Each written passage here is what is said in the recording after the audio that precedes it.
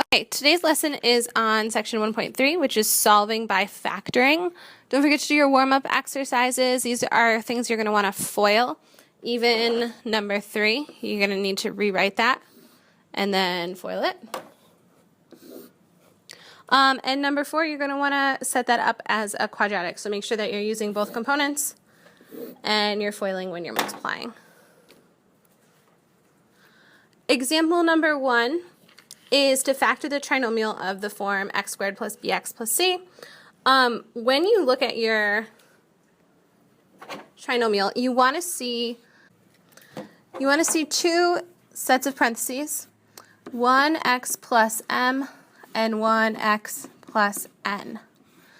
And the goal is really to find the correct m and n to solve the equation. So in this case, m times n is going to equal our last term, which is positive 20.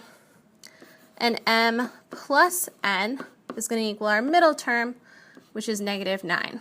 And I know that because when I FOIL this equation, I do my first terms, x times x is x squared. So that's correct. I do my outer terms, x times n, my inner terms, x times m. So those two are going to have to add up to be that negative 9.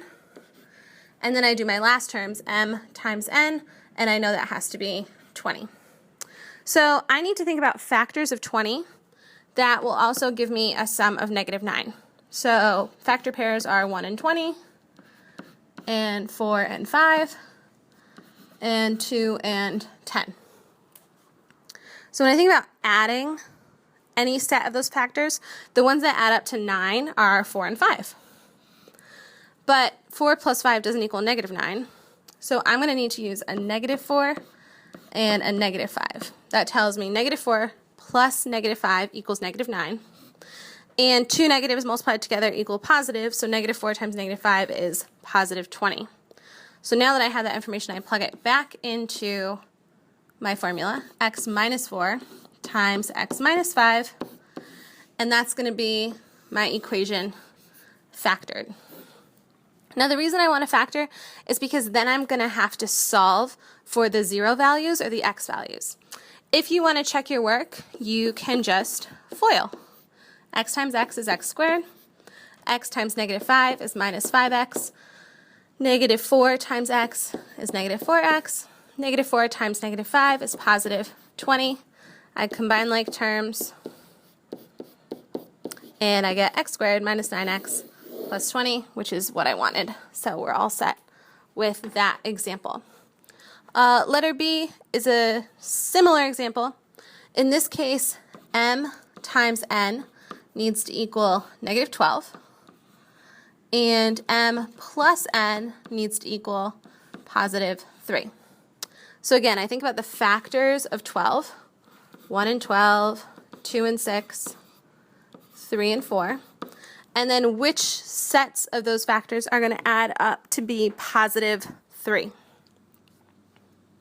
When I look at this, none of these factors here, 1 and 12 can combine to be 13, 2 and 6 are 8, 3 and 4 are 7. None of these equal positive 3. And so this equation cannot be factored. This is when we would use the quadratic formula, which you memorized for your gateway exams and may have forgotten already. But if we have something where we take the factors of mn and none of them can be the sum of m plus n, then it doesn't work. The equation's not factorable. So in terms of special factoring patterns, we have what's called the difference of two squares. So anytime you see a squared minus b squared, you can immediately factor that as a plus b times a minus b. That's just something if you memorize, it's going to help you learn to factor really fast. So an example of that would be x squared minus 4. Right, 4 is a perfect square, so that's why my b squared just looks like 4. That will factor immediately to x plus 2 times x minus 2, because 2 is the square root of negative 4. Another example of a good factoring pattern is the perfect square trinomials. A squared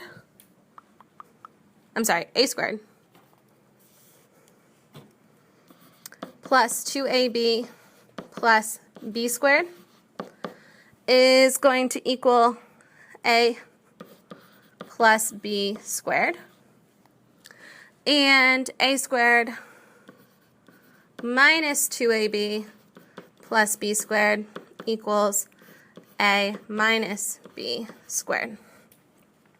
So again, these are just simple factoring patterns to help you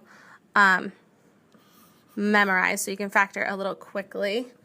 So an example would be x squared plus 6x plus 9. 9 is a perfect square, so I can rewrite that as x plus 3 squared, right? And if you FOILed that out, you would get x squared plus 6x plus 9. Another example, x squared minus 4x plus 4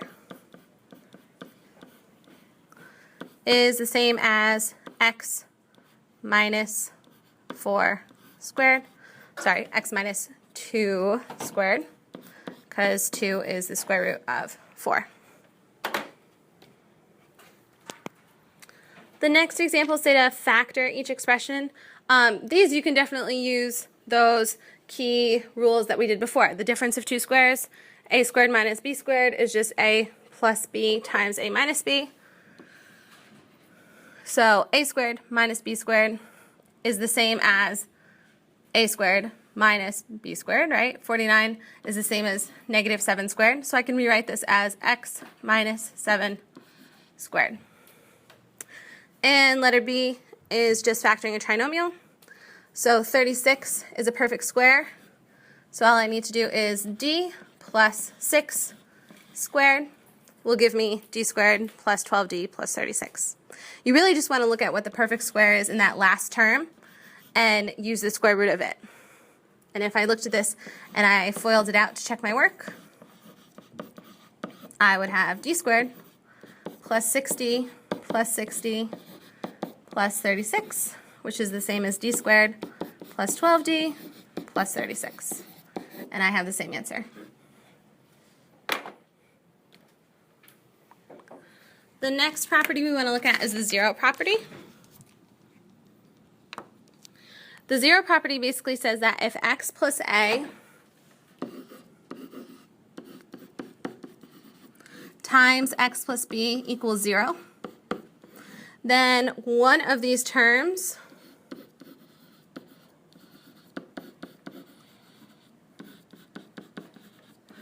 must equal 0. So either x plus a or x plus b is going to equal 0. They could also both equal 0. And that just helps us to remember that if we wanted to set either side of these equations equal to 0, we could actually solve for x. Then we could say x equals negative a, or the opposite of a, or x equals the opposite of b. And we'll do an example.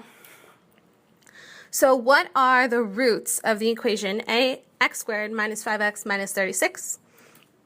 First we want to factor. So x squared minus 5x minus 36. Again, I need an m times n that equals 36, and I need an m plus n that equals 5.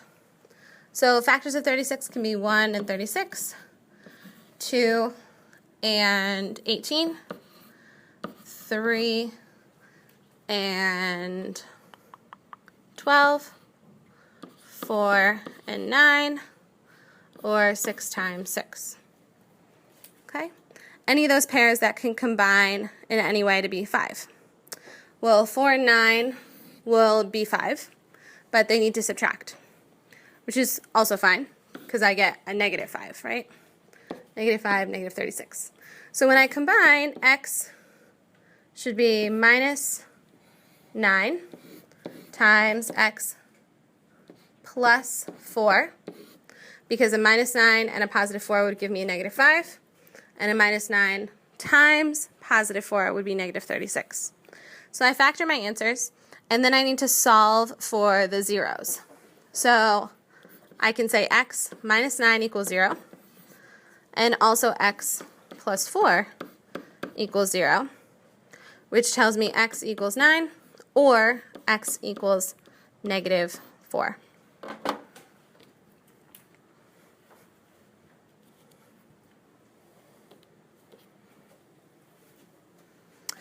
Example 4 has us looking at solving for an expansion of a field. We're going to go over this one in class because there are a lot of steps, so we will talk about it next class, so you can skip that on your notes. Example 5 says find the zeros of the function by rewriting it. Again, this is something that you can just factor out.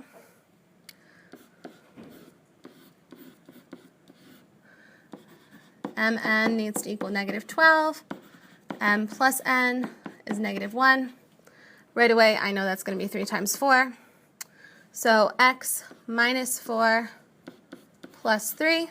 And if I solve, I can say x minus 4 equals 0. So x equals 4. And x plus 3 equals 0. So x equals negative 3.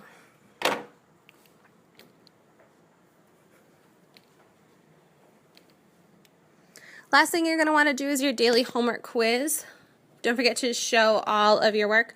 These are just factoring. If you can use any of the shortcuts, like the difference of two squares or perfect square trinomial, please do so. You do not have to do number 4 because that has to do with example number 4, which we're going to cover next class.